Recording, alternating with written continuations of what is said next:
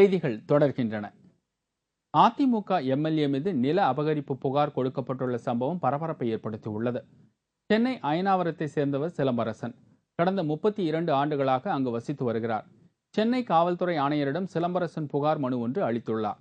அதில் அயனாவர பகுதியில் தனக்கு சொந்தமாக உள்ள 1 கிரவுண்ட் இடத்தை வடசென்னை மாவட்ட அதிமுக செயலாளரும் ஆர்கே நகர் சட்டமன்ற தொகுதி எம்எல்ஏவுமான வெற்றிவேல் ஆக்கிரமித்து உள்ளதாகவும், இதுகுறித்து அயனாவரம் போலீசில் புகார் அளித்தால் அதை வாங்க போலீசார் மறுப்பதாகவும் மனுவில் சிலம்பரசன் தெரிவித்துள்ளார்.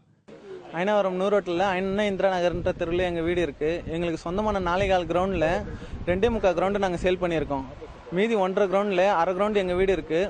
1 கிரவுண்டை வந்து இப்போது ஏடிஎம்கே பிரமுகர், அதாவது துணை செயலாளர், எங்கள் ஏரியா துணை செயலாளர் வந்து ஏடிஎம்கே துணை செயலாளர் இப்போ ஆக்கிரமிப்பு பண்ணியிருக்காரு. அதுக்கு வந்து வட்ட செயலாளர் செல்வமும் துணை இருக்காரு. நாங்கள் ஸ்டேஷனில் கேட்டு போலீஸ் ஸ்டேஷனில் புகார் கொடுக்க போனோம். அங்கே எங்களோட புகாரை வந்து அவங்க எடுத்துக்கல. மேலும் எம்எல்ஏ வெற்றிவேல் தனக்கு கொலை மிரட்டல் விடுப்பதாகவும் அந்த மனுவில் சிலம்பரசன் தெரிவித்துள்ளார். அதிமுக ஆட்சி பொறுப்பேற்றது முதல் வேறு கட்சியினர் மீது நில அபகரிப்பு புகார் பதிவு செய்யப்பட்டு உடனடியாக நடவடிக்கை எடுக்கப்பட்டு வருகின்றது. ஆனால் அதிமுக கட்சி பிரமுகர் மீது நில அபகரிப்பு புகார் அளிக்கப்பட்டால் அதன் மீது நடவடிக்கை எடுப்பதில்லை. இது பொதுமக்களிடையே அதிமுக அரசின் மீது அதிருப்தியை ஏற்படுத்தி உள்ளது. கோவை மாவட்டம் பெரியநாயக்கன் பாளையம் அருகே உள்ள தெற்குப்பாளையம் பகுதியில் 2000 லிட்டர் எரிசாராயம் பறிமுதல் செய்யப்பட்டுள்ளது. கேரளாவைச் சேர்ந்தவர் விமல். இவர் வாகனம் ஒன்றில் எரிசாராயம் கடத்திச் சென்றபோது பாலக்காடு போலீசாரால் கைது செய்யப்பட்டார். அப்போது நடைபெற்ற விசாரணையில் விமல் அளித்த தகவலின் பேரில் கோவை மாவட்டம் தெற்குப்பாளையத்தில் மதுவிலக்கு போலீசார் சோதனை நடத்தினர். அப்போது அங்கு பதுக்கி வைக்கப்பட்டிருந்த 5 லட்சம் ரூபாய் மதிப்பிலான எரிசாராயம் கைப்பற்றப்பட்டது. இது தொடர்பாக 2 பேரை போலீசார் கைது செய்து விசாரித்து வருகின்றனர். அடிப்படை வசதிகளை செய்து தரக்கோரி தேமுதிக நகர்மன்ற உறுப்பினர் தலைமையில் விருதுநகர் நகராட்சி அலுவலகத்தை பொதுமக்கள் முற்றுகையிட்டதால் பரபரப்பு ஏற்பட்டது. விருதுநகர் நகராட்சிக்கு உட்பட்ட 26வது வார்டில் 1000த்திற்கும் மேற்பட்ட மக்கள் வசிக்கின்றனர்.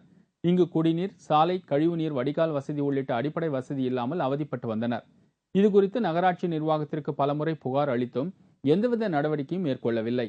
இதனால் ஆத்திரமடைந்த பொதுமக்கள் தேமுதிக நகர்மன்ற உறுப்பினர் கண்ணன் தலைமையில் நகராட்சி அலுவலகத்தை முற்றுகையிட்டு போராட்டத்தில் ஈடுபட்டனர். தமிழ்நாடு அரசு கேபிள் ஆபரேட்டர்கள் சென்னையில் இன்று பிரம்மாண்ட பேரணி நடத்தினர். எழும்பூரில் தொடங்கிய இந்த பேரணி ராஜரத்னம் அரங்கம் வரை நடைபெற்றது. சங்கத்தின் தலைவர் ஷகிலன் தலைமையில் தமிழ்நாட்டின் அனைத்து மாவட்டங்களில் இருந்தும் அரசு கேபிள் ஆபரேட்டர்கள் கலந்து கொண்டனர். பின்னர் தலைமை செயலகம் சென்று மனு அளித்தனர். அதில் அரசு கேபிள் கட்டுப்பாட்டு அறை நவீன முறையில் அமைத்து தர வேண்டும் என்றும், கேபிள் டிவி மாத வாடகை 70 ரூபாயிலிருந்து 100 ரூபாயாக அதிகரிக்க வேண்டும் என்றும் கோரிக்கை வைக்கப்பட்டது. சென்னை உட்பட நாடு முழுவதிலும் உள்ள பிரபல தனியார் நகைக்கடையின் 38 கிளைகளில் வருமான வரித்துறையினர் இன்று அதிரடி சோதனை நடத்தினர். ஈரோடு, மதுரை, திருச்சி கிளைகளிலும் சோதனை நடத்தப்பட்டது. ஈரோடு ஆர்கே சாலையில் அமைந்துள்ள பிரபல நகைக்கடை ஒன்றில் 14 பேர் கொண்ட வருமான வரித்துறையினர் சோதனையில் ஈடுபட்டனர். இதற்காக வாடிக்கையாளர்கள் வெளியேற்றப்பட்டு கடை தற்காலிகமாக மூடப்பட்டது. இதேபோல் கும்பகோணத்தில் நாகேஸ்வரன் வடக்கு வீதியில் உள்ள நகைக்கடை ஒன்றில் 10க்கும் மேற்பட்ட வருமான வரித்துறையினர் சோதனை மேற்கொண்டனர். இன்று மாலை வரை நீடித்த இந்த சோதனை காரணமாக அந்த பகுதியில் பெரும் பரபரப்பு ஏற்பட்டது.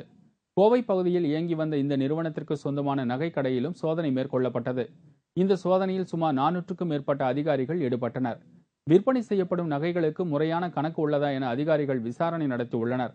மேலும் கணக்கில் வராத தங்க நகைகள் கைப்பற்றப்பட்டுள்ளதாக தெரிகிறது. காஞ்சிபுரம் அருகே அறிவியல் ஆய்வுகளில் நவீன கருவிகளின் பயன்பாடு என்ற தலைப்பில் தேசிய அளவிலான பயிற்சி பட்டறை நடைபெற்றது. இதில் தமிழ்நாடு, ஆந்திரா உள்ளிட்ட மாநிலங்களிலிருந்து 40 கல்லூரிகளில் கல்வி கற்கும் 60க்கும் மேற்பட்ட மாணவ மாணவிகள் கலந்து கொண்டனர். தொழில்நுட்பத்துறை அறிஞர் முனைவர் வரதராஜுலு இதில் சிறப்பு விருந்தினராக கலந்து கொண்டு சிறப்புரையாற்றினார். மேலும் சென்னை, ஐதராபாத் பல்கலைக்கழகங்களின் பேராசிரியர்களும் கலந்து கொண்டு உரையாற்றினர். கடலூர் மாவட்டம் நெல்லிக்குப்பம் பகுதியில் இன்று 12 மணி நேர மின்தடை ஏற்பட்டதால் பொதுமக்கள் கடும் அதிருப்தி அடைந்துள்ளனர். கடலூர் மாவட்டத்தில் இன்று அறிவிக்கப்பட்ட 4 மணி நேரத்தை விட அதிகமாக மின்தடை ஏற்பட்டது. சுமார் 12 மணி நேரத்திற்கும் மேலாக இந்த தடை நீடித்ததால் 500க்கும் மேற்பட்ட கடைகள் அடைக்கப்பட்டன. இந்த கடையடைப்பு போராட்டத்தில் அந்த பகுதியில் உள்ள அனைத்து வணிகர்களும் கலந்து கொண்டு அரசுக்கு கண்டனம் தெரிவித்தனர்.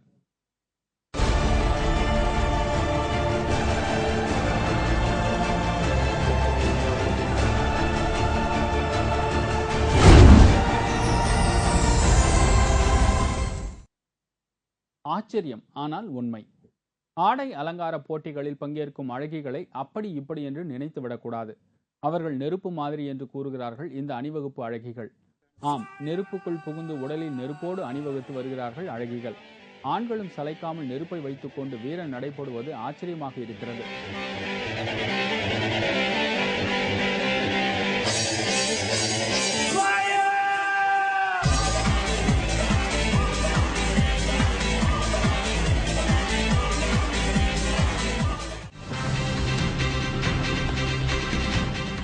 ஆசிய கோப்பை போட்டியிலிருந்து வெளியேறிய இந்திய அணி நாடு திரும்பியது.